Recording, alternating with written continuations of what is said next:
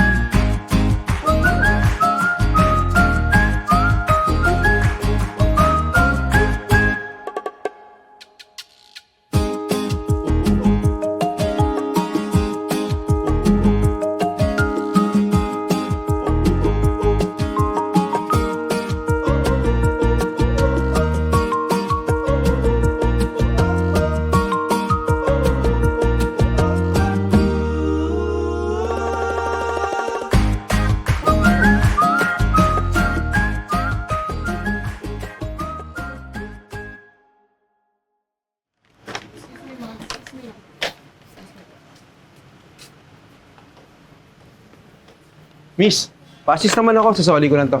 Wait lang po, sir, ha? Alam mo, sobrang hassle ko. Sobrang abala excuse me, miss. natin. Pa-assist ako. Sasoli ko lang to. Excuse me, sir, may customer pa po.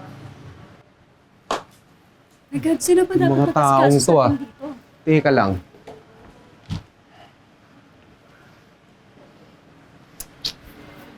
Naiinis na. Halika nga.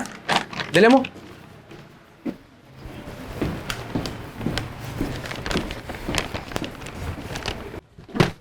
Sosoli ko yung item na yan. 1 linggo pa lang. Sira na. Ano ba yan? Okay po, sir. Pwede ko pong kuhanin yung resibo, sir. Resibo? Kailangan pala resibo? No receipt, Kilala mo ba ako kung sino ako? no receipt, no return policy po kami dito, sir. Pinapainit yung ulo ko!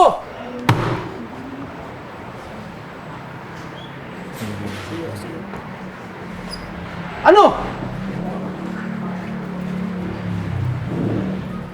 Excuse me po. Meron po ba akong maitutulong?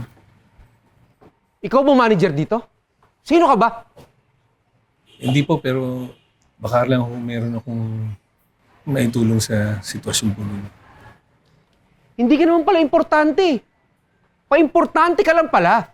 Hoy! Di mo ba alam, si PA lawyer ang asawa ko? And he can make your life miserable if he wanted to. Wala naman po tayong pinipili, ma'am.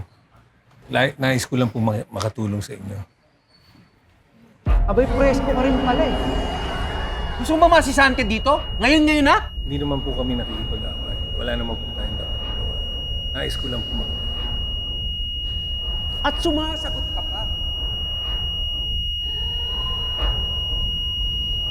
Excuse me, sino bang pwede mag-resolve ng issue namin dito?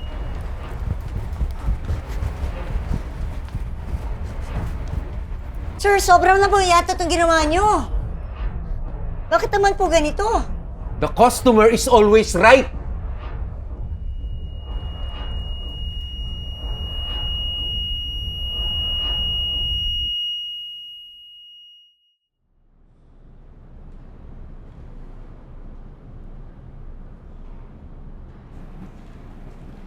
Nasaan ako?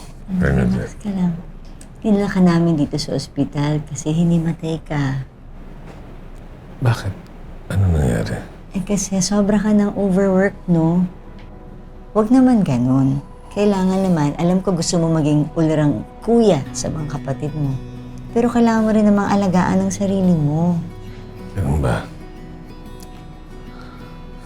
Ano nangyari kina Attorney Bruce? Customers always right daw eh. Kaya ayun, nabigyan ko ng right. Tapos left. Ayun, hindi na siya laging right. Lagi mo talaga ako pinagtatanggol, no? Eh, yun na nga lang.